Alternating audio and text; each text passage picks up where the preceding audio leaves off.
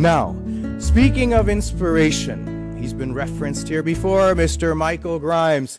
He and Janelle have been instrumental to the founding of this program. Not only that, they continue to be engaged in myriad ways to support us and to support all of you, for which we are extraordinarily grateful. Without them, none of this would have been possible. I'd like to invite Mr. Grimes to join us here on the stage and take the podium, because I think you'll benefit from learning from him why he's not just a Cal grad from 1987 in EECS, his wife graduated in political science, but he's the best known investment banker that the tech industry has seen in the world. He has done every IPO that you can think of, whether it's Facebook or Uber or LinkedIn or Snapchat or Google, and a lot more. So he's seen an incredible view into what startups are about, what entrepreneurs are about, what innovation is about here in the Bay Area. So without further ado, Michael, please take the stage, and thank you so much for everything that you do.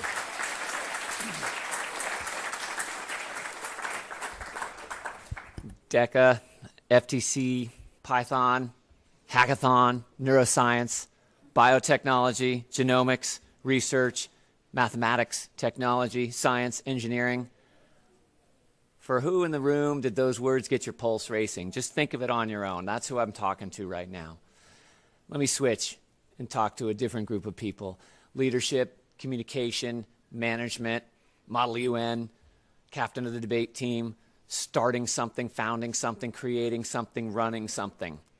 Different group of people I'm talking to there that maybe got you enthused and excited. Now I want to talk to someone else. I want to talk to you if you said, both of those sets of words got me excited. Both of them.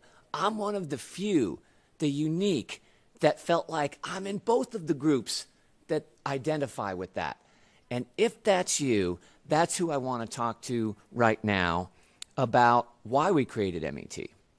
We created MET because we knew you were out there. We knew you were a needle in a haystack, that there's all kinds of people in each of those groups, but you might have been the only one that you knew that was in both at once. And if that's you, why should you have to choose one of those silos? Why should you have to compromise? Why should you have to say, okay, if I do want both, it's going to take me 9 years to do it? Or I can just do one now and take my career in that silo, or one in the other.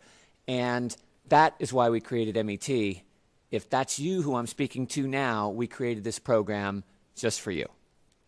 Now I'll pause and maybe surprise you by giving you a couple of reasons why not to choose this program, for those of you who are still choosing.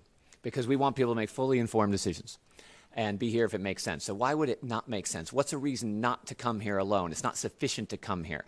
And that is the brand prestige. It turns out after just a couple of years, and certainly after 5, the brand prestige is what we thought, equivalent to the Rhodes Scholarship for Tech.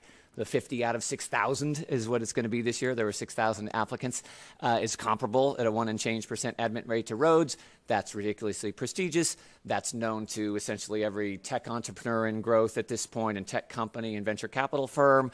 Maybe not your high school friends, but it's known to all of those folks. But that's not reason alone to join a program just because it's prestigious. That wears off soon. So it's not for that. It'll be for reasons I come to in a minute about the substance, but not about the superior prestige. What's another reason not sufficient to join?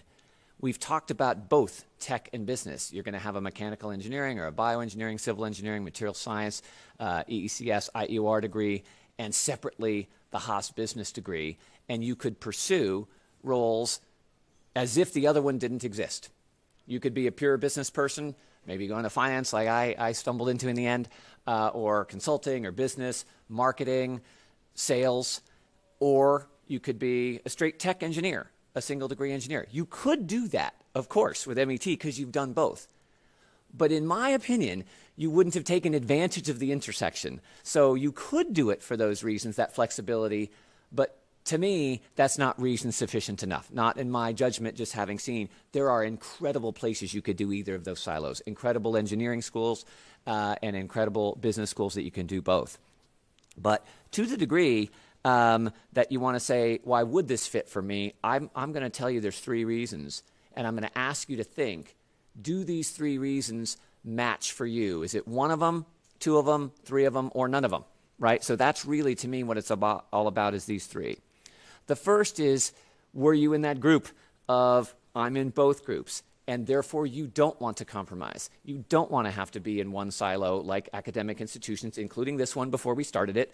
We're in fact siloed. That's what we did and broke down, following on the footsteps of Penn, who had done it before, and the shoulders we stand on of theirs. So if you are in that mode where you want both of those degrees by 2026 for the class that's entering now, versus call it 2031 or 2030 or 31, that's the other path to 2 degrees, is work in between undergrad and then business school. So if it's 2026 versus 2030, 31, that's reason number 1, if that's important to you, because you want to take your tech innovation and build it and invent it and take it to market and scale it and lead the company and manage and product manage, operations manage, understand the finance, the legal aspects, the entire equation that comes with the MBA equivalent. So that's reason number 1. Does that fit for you or does it not? So just be thinking about that. Yes or no on that, number 1.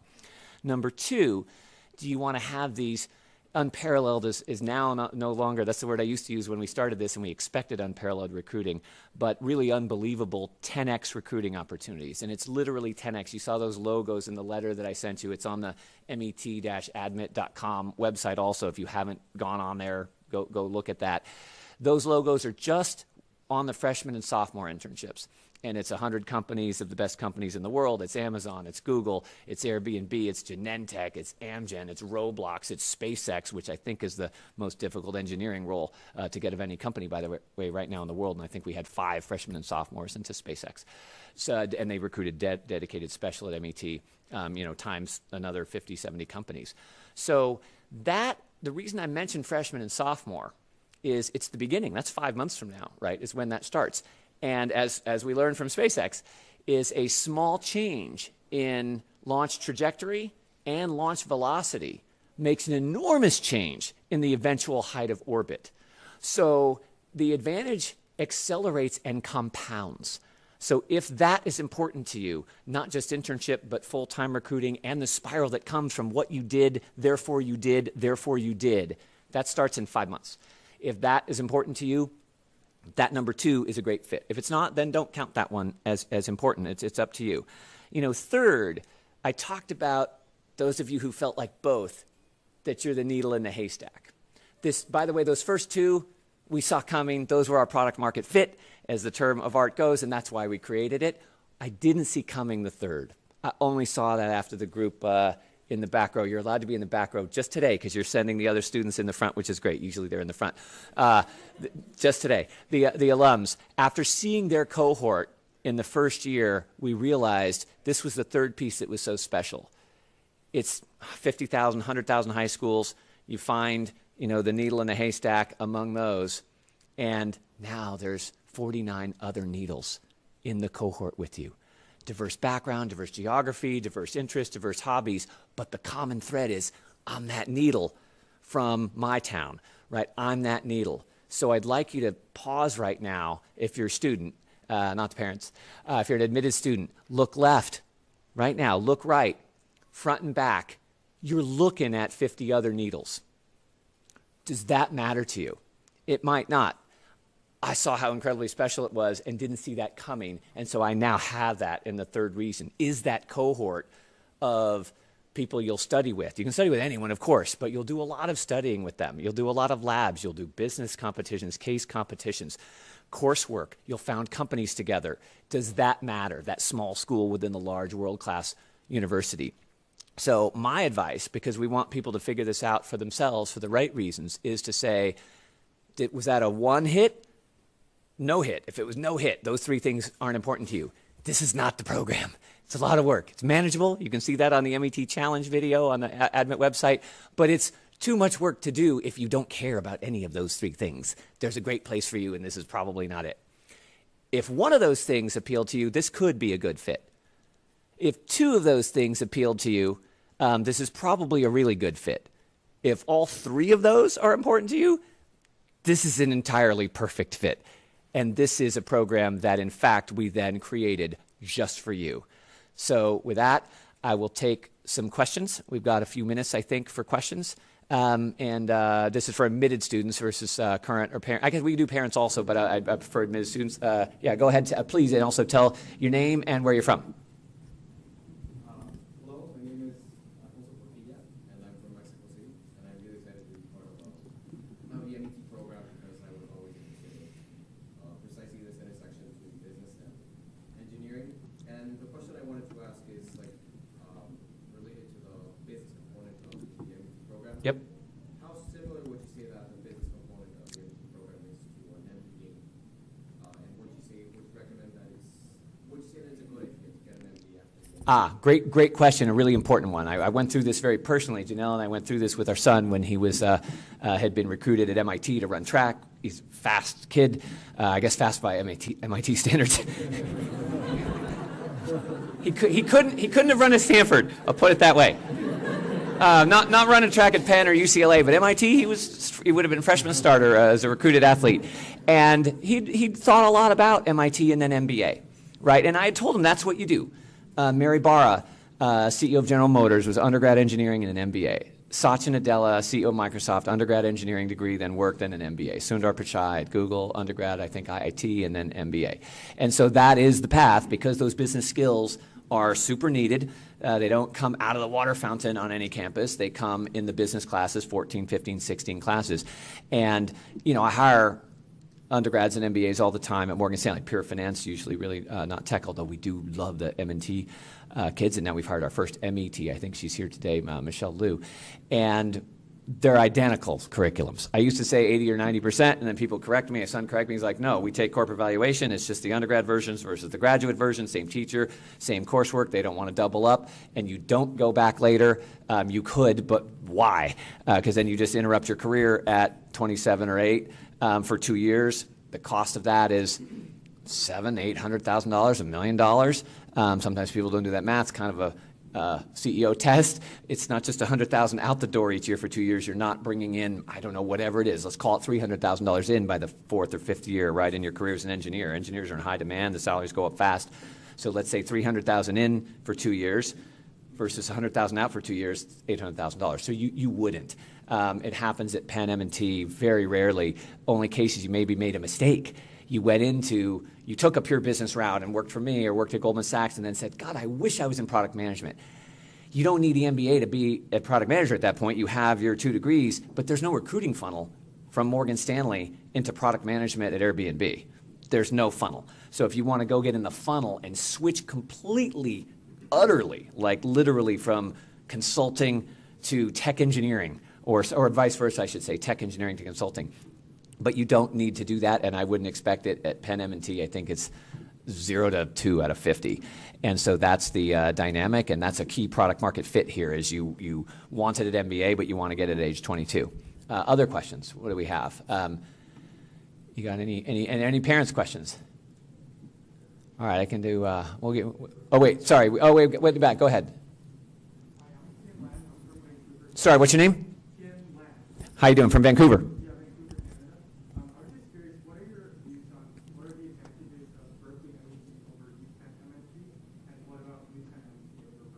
Sure. Yeah, we know it well. I don't know if Shoykit mentioned it because it's kind of obscured a little bit in the bio that was read. He's M&T undergrad, and he taught at M&T, and he was interim faculty director at M&T when Dr. Hamilton retired, who was the founder of the program. And I teach at M&T SI. Any M&T SIers here? Look at that. We got some M&T SI, which is the summer M&T for high schoolers. And I sit on the board of M&T as the only non-alumni board member, I think, in the history of M&T. Love the program. Without it, none of us are in this room together. The media, when they were hyping up our program and saying this amazing thing, like it's the first of its kind ever, and asking me how I invented it, I'm like, I didn't. Penn invented it. Dr. Hamilton invented it 40 years ago. We stand on his shoulders.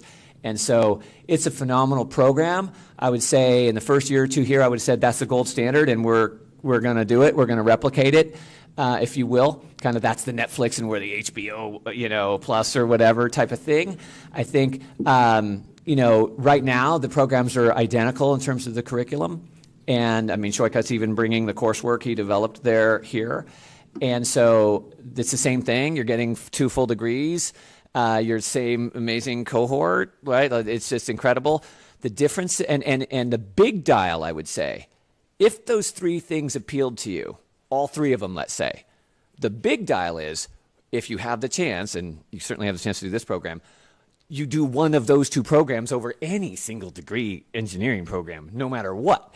If those 3 things all applied, for sure. The small dial is which of the 2 programs.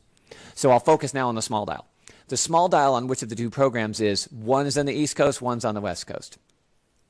You might hear, let me dispel a myth. A myth you might have heard is, and I do not subscribe to it, I understand it, my son was there, and I know them all, and I've hired 20 M&Ts, is that M&T is more focused on business than tech, and MET is more focused on tech than business. As a focus matter, that is not true. As a matter of matriculation of what the students choose to do with total freedom of choice, it turns out that until we started this program, maybe 3/4 of the M&T class went into my industry or consulting or private equity or venture capital. And in fact, that's another reason why we're in the room. The best students I ever hired in history were always from M&T. Always, always, always. Better than Berkeley student, Stanford student, MIT student, Harvard student, consistently, always, always. Essentially always. And so that's what is this all about, right? And that's how I learned it all. And they were coming to me more so than Uber or what have you. And they're coming to Goldman Sachs, going to McKinsey, et cetera, going to private equity firms that don't even recruit out of undergrad except at Penn M&T. And so that's a proximate nature to Wall Street, and it's on the East Coast, and the students have chosen that path. They don't have to. My son did not pursue that path, our son. Our son was like most of you, and by the way, some of you might want to be on the business first if you want to call it. That's totally fine. And I would guess there's 6 or 8 of those out of every 50 here, and it's awesome, and you can do it. There were maybe 10 or 12 his year in the tech first way they applied it, even though the curriculums are the same. And that's the group he hung out with a little bit more, although he knew all of them. He knew all the people who came to me at Morgan Stanley, the ones who went to hedge funds, et cetera, and he stays in touch with all of them. But the people he spent the most time with went to Microsoft. He's a Google product manager. He works on the Google feed. I think 60 engineers working on his product today. It's $1 billion revenue stream, right? He deals with everything from the finance to the marketing, the legal, the engineering, the coding if he has to, but not coding every day, data science, the design, everything. Exactly what you'd want gets offered, head of product, executive team at startups. He's not the most successful one in that class. Ali Javis, if you Google him, Javice, he's a vice president already at Burger King, Tim Hortons, Popeyes, that restaurant brands company, all their tech, the cashiers, the Wi-Fi, the Apple Pay, on the executive team. I think he has hundreds of people working for him. He was Penn M&T. So he didn't have to go to Goldman Sachs just because he was there. So the students the cohort is different. So there would be more students here in this room that are a bit more excited among the 2 sets of words I read by the first set, but they're still all excited by both. And as a practical matter, at Penn, it could be the other way and has been, but that's not because of the program, that's because of the choice of the students. So you have the choice. And I don't want to discourage anyone who says, I loved both sets of words and the second set was more important to me from coming here.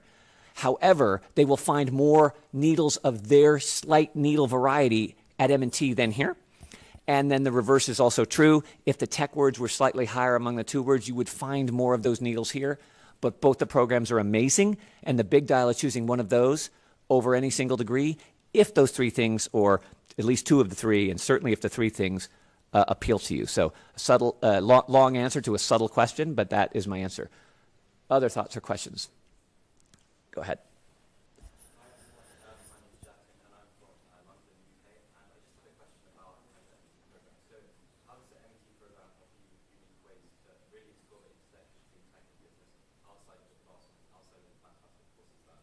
Okay, outside of the classroom. So we've got Canada, Mexico, and the UK. It's pretty cool.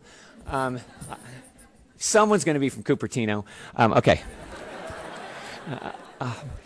So outside of the classroom, I think there's one thing I didn't know coming in here. They all told me about club recruiting. I'm starting to inundate people, in September with all these amazing, and Mark Edelstone is, and Ted Koo is, Kai Wong, board members with these jobs that are specific MET recruiting.